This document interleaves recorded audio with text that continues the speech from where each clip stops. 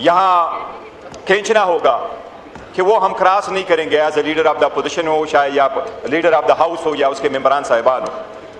इससे न सिर्फ ये तलखी बड़ी है, तनाव बड़ा है, बल्कि जनाबी स्पीकर इससे नफरत बड़ी है। इस हाउस को हमेशा एक अपनी जिम्मेदारी निभाना होगी। अचकज़ई साहब ने आदर दिन भी कहा कि इस ईवान को मजबूत करो। मैं इस बात का बरमला एतराफ़ करूंगा कि आज तो हुकूमत के साथ हाथ मिलाना एक घाटे का सौदा है, लेकिन हमने ये फैसला किया हुआ, अचकज़ई साहब ने ऐलान किया है कि इस ईवान की मजबूती के लिए, जमहूरियत के लिए, अवाम के बुनियादी हकूक के तहफ़्फ़ुज़ के लिए, आज़ाद अदलिया के लिए हम ताउन करेंगे और अनकंडीशनल ताउन करेंगे। जनाब स्पीकर, हम वज़ीर आज़म की स्टेटमेंट का वेलकम करते हैं, लेकिन बड़ा अरसा से ये मैटर पेंडिंग है। आज मुज़ाकिरात है, आज बात हो रही है, कल हो रही है, इसमें देर किस बात की है? हमारे मुतालिबात तो बड़े सिंपल है। हमने कभी ज़ाती एजेंडा तो पुट किया नहीं है। हमने तो फ़कत इतना कहा है कि आईन और कानून के मुताबिक हमारे जो हक है वो हमें दे। हमने अपनी लीडर तक एक्सेस मांगा है, वो डॉक्टर तक रिहाई मांगी है, उसका इलाज मांगा है, उसकी बीवी तक एक्सेस मांगा है। जनाब स्पीकर, इसकी अगर आपने इब्तिदा करनी है तो मैं ये भी कहूँगा, आपने हमारे एक नुमाइंदे इकबाल अफरीदी को यहाँ से सस्पेंड करके भेजा और वो पार्टिसिपेट नहीं कर रहा है। मैं आपसे रिक्वेस्ट करूँगा as a goodwill gesture उसको बाकी पीरियड में आने दे। जनाब स्पीकर, ये मैं आपको तवज्जो मबजूल करा रहा हूँ। जनाब स्पीकर, मैं ये अर्ज कर रहा था कि इकबाल अफरीदी साहब को आपने सस्पेंड करके यहाँ से भेजा है, फिर आपने रवैया रिस्पेक्टफुल तरीके से नहीं किया कि निकल जाए वरना मैं निकलवा दूंगा। जनाब स्पीकर, निकलवाने के तरीके सबको आते हैं, निकलवाने का तरीका अब हमेशा के लिए ख़त्म होना चाहिए। जनाब स्पीकर, मैं रिक्वेस्ट करूंगा कि बाकी मानदा पीरियड के लिए उसको आने दें ताकि वो अपना रोल प्ले कर सके, अपने अवाम का अपना पॉइंट ऑफ व्यू यहाँ बता सके। उसका इलाका खैबर बहुत ज़्यादा इफेक्ट हुआ है, ट्राइबल ज़्यादा इफेक्ट हुए हैं। जनाब स्पीकर, मैं जिनसे तवक्को नहीं कर रहा था कि वो ये बात करेंगे राना तनवीर साहब से, क्योंकि कोई कहता है वो फरिश्ते भी बुरा लिखते रहे जिन्हें कंधों पे बिठाए रखा, वो फरिश्ते भी बुरा लिखते रहे जिन्हें कंधों पे बिठाए रखा। हमारी तवक्को थी कि राना तनवीर साहब का अप्रोच बिल्कुल डिफरेंट होगा। उन्होंने अपनी तकरीर में तो रिमोर्स शो नहीं किया, लेकिन हमारे तरफ आए और हमारे शेर मुल्तान से उन्होंने माजरत की है और आतिफ खान साहब से की है।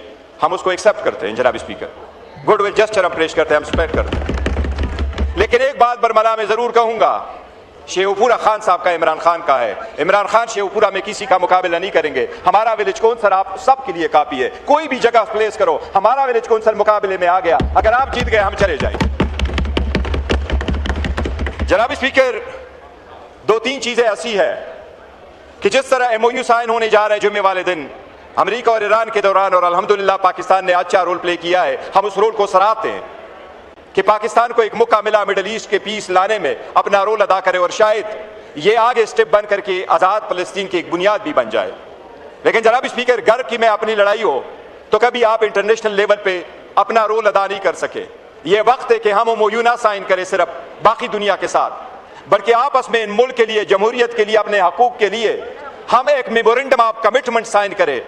जनाब स्पीकर, इस वक्त बात हो रही है बजट पे।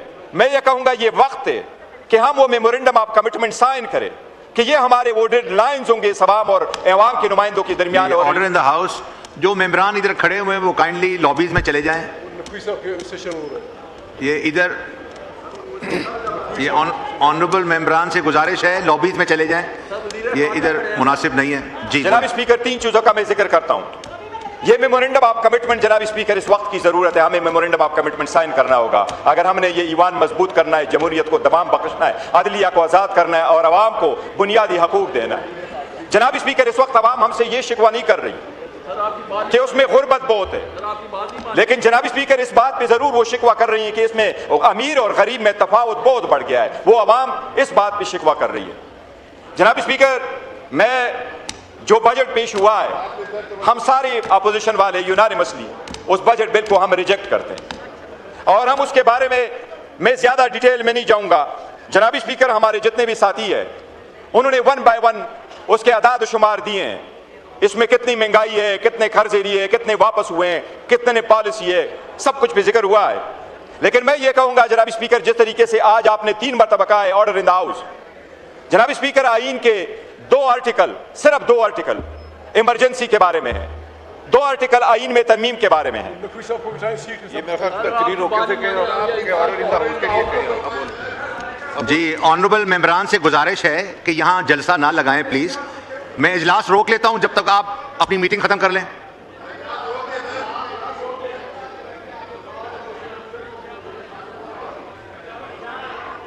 जी तशरीफ रखें, यहाँ लॉबीज में चले जाएं प्लीज। ये सेंटर वाले इसको भी बोलेंगे जो जी चीफ विप साहब। चीफ विप साहब आप काइंडली लॉबीज में चले जाएं या तशरीफ रखें।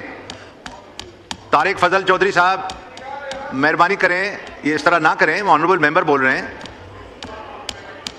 दर्शन साहब आप भी तशरीफ रखें प्लीज, थोड़ा डिकोमन रखें हाउस में। जी गौर साहब बोलें प्लीज। थैंक यू जनाब स्पीकर। जनाब स्पीकर, मैं ये बात जरूर अर्ज करूंगा कि आईन में सबसे बड़ी जिम्मेदारी इस ईवान पे, इस नुमाइंदगान पे डाली है आईन ने। आईन के 2 आर्टिकल कहते हैं कि अगर आईन में तरमीम करनी हो तो क्या तरीका अडॉप्ट करना है, और आईन के 6 आर्टिकल कहते हैं बाकी चीजों के बारे में। लेकिन जनाब स्पीकर, आईन के 11 आर्टिकल है सिर्फ इसके बारे में कि बजट कैसे पास होगा। 11 आर्टिकल्स आईन के। ये इतनी बड़ी जिम्मेदारी है क्योंकि आपके पास जो पैसा होता है वो कौम की अमानत है, और उस पैसों को कैसे हम इस्तेमाल करें इसके लिए सबकी विजडम की जरूरत होती है। जनाब स्पीकर, हमें ये अडॉप्ट करना होगा फॉरएवर कि हमारा इस्तेमाल ऐसा हो जिसमें हम एक गरीब आदमी की लाइफ में चेंज लेके आए। इस बजट को हम यूनानिमसली अपोजिशन की तरफ से रिजेक्ट करते हैं क्योंकि इसमें गरीब के लिए कुछ भी नहीं है। इस बजट को इसलिए रिजेक्ट करते हैं, इसके मैं आदाद शुमार पे नहीं जाता।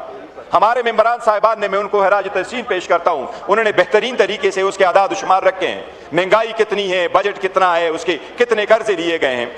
लेकिन मैं जरूर कहूंगा जनाब स्पीकर कि 1 जुलाई को जब आम पाकिस्तानी जाएगा मार्केट में, उसको आटा महंगा मिलेगा, उसको एलपीजी का सिलेंडर महंगा मिलेगा, उसको इलाज दवाई के लिए जो दवाई लेगा वो महंगा मिलेगा।